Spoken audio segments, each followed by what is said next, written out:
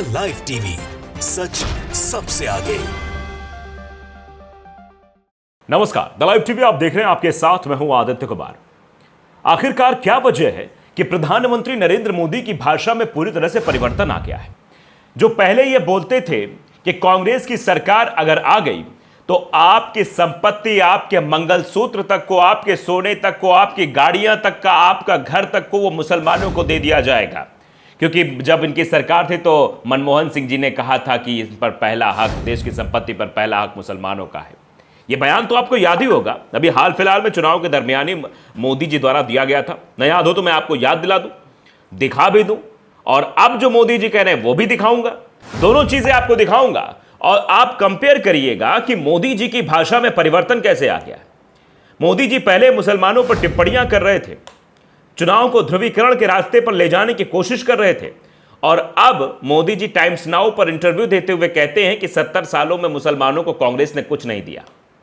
यानी एक तरफ कांग्रेस के मैनिफेस्टो पर दावा करते हुए प्रधानमंत्री जी ये कह रहे थे कि अगर कांग्रेस सरकार बनती है तो सब कुछ मुसलमानों को दे दिया जाएगा, और अब मोदी जी कह रहे हैं कि कांग्रेस ने मुसलमानों को कुछ दिया ही नहीं। मैं मुसलमानों के पढ़े लिखे वर्ग के लोगों से कहना चाहता हूं कि वो लोग देखें कि देश के लिए किसने किया है।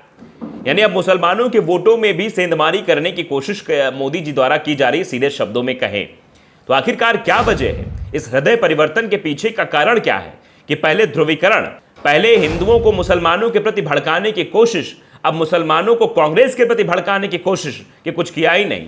पहले मुसलमानों को कांग्रेस का हितैषी बता देना, या कांग्रेस जो है मुसलमानों की हितैषी हो जाए ये कह देना, और अब कह देना कांग्रेस ने तो मुसलमानों के लिए कुछ किया ही नहीं।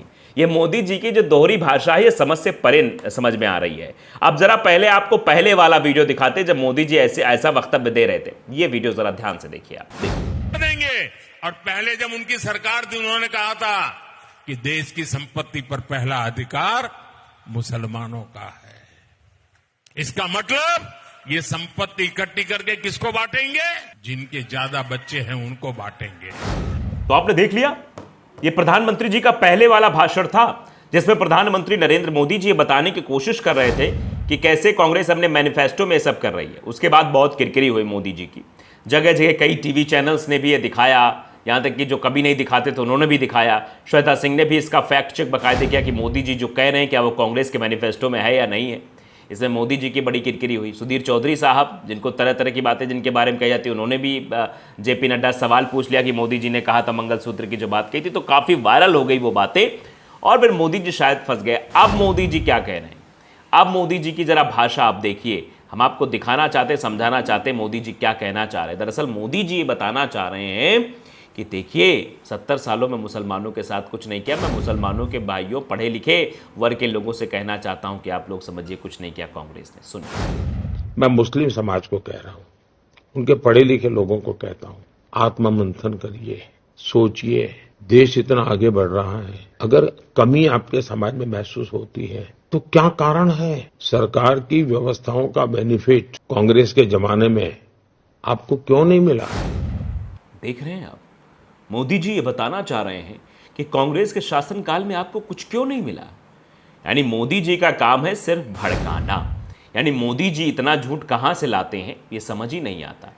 आप पहले वाला जो भाषण आपने सुना उसमें आपको लगा होगा कि मोदी जी ध्रुवीकरण करना चाहते हैं। यानी मोदी जी हिंदू और मुसलमान के बीच एक बड़ी दीवार खड़े करने की कोशिश कर रहे हैं कि मतलब हिंदू भाइयों कांग्रेस से नफरत करो और मुसलमानों से भी नफरत करो। अगर कांग्रेस सरकार आ गई तो आपके मंगलसूत्र को छीनकर मुसलमानों को दे देगी। अगर उसकी सरकार आ जाती है तो वो आपके अगर 2 गाड़ियां हैं तो उनको दे देगी, जिनके ज्यादा बच्चे होंगे। इशारों मोदी जी ने मुसलमानों को ही डायरेक्टली वे में सब कुछ कहा था। अब सवाल ये खड़ा हो जाता है कि अगर मुसलमानों के बारे में इस तरीके की टिप्पणी मोदी जी कर रहे हैं तो क्यों कर रहे हैं, क्या वजह है इसके पीछे? क्या मोदी जी को ऐसा करना चाहिए या नहीं करना चाहिए, यह अपने आप में बड़े सवाल है। लेकिन आप समझिए कि वो बातें तो कही, चलिए ठीक है, चुनाव में ध्रुवीकरण करने के लिए होगा, लेकिन अब क्या कह रहे हैं मोदी जी? अब मोदी जी तो ये कह रहे हैं कि भैया देखो मुसलमानों के 70 सालों मुसलमानों के लिए कुछ किया ही नहीं। यानी मोदी जी कहना क्या चाह रहे हैं यही समझ नहीं आ रहा है। अनिल यादव ने इसको बाकायदे एक्स पर पोस्ट किया, ये वीडियो लिखा है कि झूठ की भी कोई सीमा होती है। इंटरव्यू में कह रहे हैं कि कांग्रेस ने 70 सालों में मुसलमानों को कुछ नहीं दिया है, और रैली में कहते हैं कांग्रेस सब कुछ मुसलमानों को दे देगी। यानी इंटरव्यू में अलग चीजें बोल रहे हैं, मंच पर अलग चीजें बोल रहे हैं, जनता के बीच अलग चीज बोल रहे हैं, पत्रकारों के बीच अलग चीजें बोल रहे हैं। ये अलग अलग बातें क्यों मोदी जी द्वारा कही जा रही है, इसको लेकर लोग सवाल पूछ रहे हैं कि मोदी जी आपने तो बड़ी बड़ी बातें कही थी और फिर ये कहां से बातें आ जाती हैं कि इस तरीके से आप जो अपनी बातों से पलट गए। अब देखिए किस तरीके से मोदी जी ने बाकायदे ये कहा था, वीडियो खूब वायरल हुआ था, हर जगह चर्चा हो रही थी, हर डिबेट में पत्रकारों से ये पत्रकारों द्वारा ये सवाल पूछा जा रहा था, जो वास्तविक पत्रकार हैं उनके द्वारा लगातार ये सवाल पुटअप किया जा रहा था प्रवक्ताओं से, वो जवाब देते नहीं बन रहा था। अब देखिए लोग इस पर क्या रिएक्ट करें, लोगों का रिएक्शन जो है समझना भी ज़रूरी है। विशाल ज्योतिदेव अग्रवाल लिखते हैं कि झूठ बोलने वालों की यही समस्या है कि उन्हें याद ही नहीं रहता कि पिछली बार वो क्या बोल चुके हैं। ये कहा जाता है कि झूठ बोलने वालों के साथ दिक्कत है ना, कि उनको याद ही नहीं रहता कि उन्होंने पिछली बार कौन सा झूठ बोला था, कब बोला था, क्या बोला था और उसको कैसे बोलना है। सच की यही खूबी है कि उसे याद नहीं रखना पड़ता है। जो सच बोलता है वो पहले भी उसने वही बोला था, अब भी वो यही बोल रहा है, तो सच को याद रखने की जरूरत नहीं है। अब जो झूठ बोल रहा है उसे तो भूल ही जाएगा कि पहली बार उसने क्या झूठ बोला था, इस बार वो क्या झूठ बोल रहा है। हासिम लिख रहे हैं कि मोदी जी झूठ बोलते हैं, बाहर मुस्लिमों को घुसपैठिया बोलते हैं और इंटरव्यू में मुस्लिमों की हिमायती करते हैं, यानी हिमायती बन जाते हैं। इंटरव्यू में कह रहे हैं कांग्रेस 70 सालों में मुसलमानों को कुछ नहीं दिया और रैली में कहते हैं कांग्रेस सब कुछ मुसलमानों को दे देगी। अब समझिए। राजकुमार मीना लिख रहे हैं कि मोदी जी झूठ बोलते हैं, बाहर मुस्लिमों को घुसपैठिया बोलते हैं, इंटरव्यू मुस्लिमों की हिमायत करते हैं। आप समझिए लोग बाग ये कह रहे हैं किस तरीके से। आप देखिए एसपी विद्रोही है, उन्होंने तो एक खबर ही छाप दी कि बीजेपी बूथ अध्यक्ष की भतीजी का मंगलसूत्र लूट भागा बदमाश। यानी ये खबर आप समझिए बाराबंकी की खबर है, उत्तर प्रदेश की खबर है। सवाल खड़े करती है कि बीजेपी वाले कहते हैं कि भैया क्राइम खत्म हो गया, यहाँ तो बताइए बीजेपी के बूथ अध्यक्ष की भतीजी सुरक्षित नहीं है, उसका ही मंगलसूत्र लूट ले गए। एसपी विद्रोही कहते हैं कहीं ये वही चोर तो नहीं है जो पिछले दिनों मंगलसूत्र की बात कर रहा था। प्रशासन से विनती है कि ऐसे चोरों को कड़ी से कड़ी सजा दी जाए, पकड़ा जाए तुरंत, इनको जेल के अंदर भरा जाए।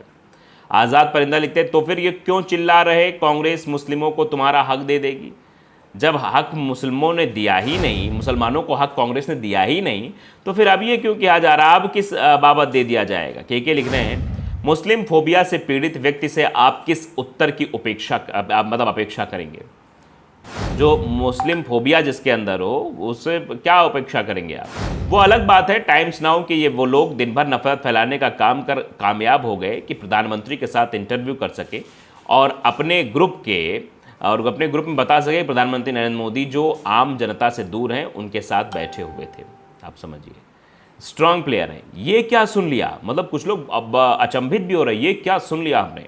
एक तरफ मोदी जी ये बोल रहे हैं कि सरकार व्यवस्थाओं का लाभ कांग्रेस सरकार में मुस्लिमों को नहीं मिला, तो दूसरी तरफ बोलते हैं कांग्रेस आपका मंगलसूत्र छीन लेगी और धर्म विशेष के लोगों को दे देगी।